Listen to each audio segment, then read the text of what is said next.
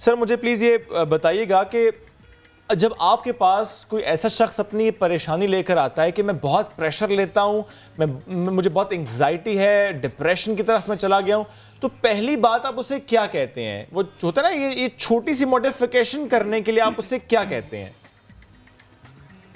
ہم اس کو شکریہ بہت بہت آپ کو اس اہم موضوع پر بات کرنے کے لیے مجھے مدعو کرنے کا۔ پہلی بات جو ہم سکھاتے ہیں وہ ہے قانون کشش کا اصول، you attract what you focus on. ابھی آپ نے بتایا کہ پریشر مت لینا، اچھا اس کا مطلب یہ ہے کہ آپ پریشر لینا، کیونکہ ہم نے جو توجہ دی ہے وہ پریشر پہ دی ہے۔ آپ نے دیکھا ہوگا جہاں یہ لکھا ہوتا ہے یہاں کچرا پھینکنا منع ہے، وہیں پہ آپ نے دیکھا ہوگا کہ سب سے زیادہ کچرا لکھا ہوا ہوگا، یہاں سگریٹ پینا تھوکنا منع ہے، وہیں پہ آپ کو ساری قلم کاری اور نقش نگاری نظر آ جاتی ہے۔ تو ہم جب یہ کہتے ہیں کہ میں صحت مند رہنا چاہتا ہوں، میں بیمار نہیں ہونا چاہتا، اس آدمی کو آپ نے ہمیشہ دوائیاں پھانکتے ہوئے دیکھا ہوگا۔ میں فیل ہونا نہیں چاہتا، میں پاس ہونا چاہتا ہوں، اس بچے کو آپ نے ہمیشہ ایگزام انگزائٹی کا شکار دیکھا ہوگا۔ سو ہم جب توجہ دے رہے ہیں کہ ہمیں پریشر نہیں لینا ہے، اس کا اپوزٹ کیا ہوگا؟ مجھے ریلیکس رہنا ہے، مجھے توازن میں رہنا ہے، مجھے پرسکون رہنا ہے۔ تو جب آپ سکون پہ توجہ دیں گے، آرام پہ توجہ دیں گے، توازن پہ توجہ دیں گے، تو آپ کے اندر توازن آئے گا۔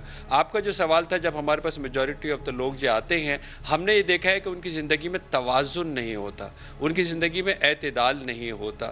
وہ گھر کی پریشانیاں لے کے کام پہ جاتے ہیں اور کام کی پریشانیاں لے کر گھر پر آتے ہیں۔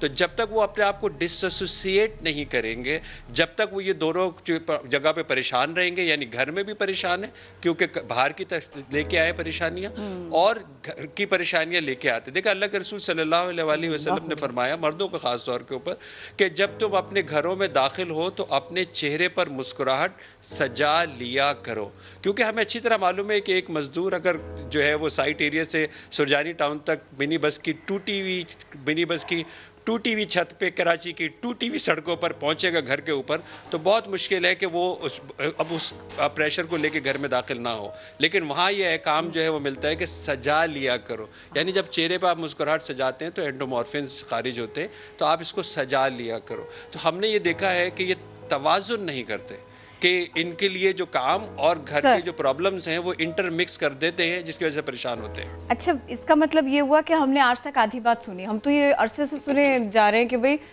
شام میں خاتون کو چاہیے کہ وہ اچھی طرح سے تیار ہو جایا کرے، اچھی طرح سے جو ہے نا وہ تیار ہو کے اور مسکرا کے اور دروازہ کھولا کرے تو سب کچھ ٹھیک رہتا ہے۔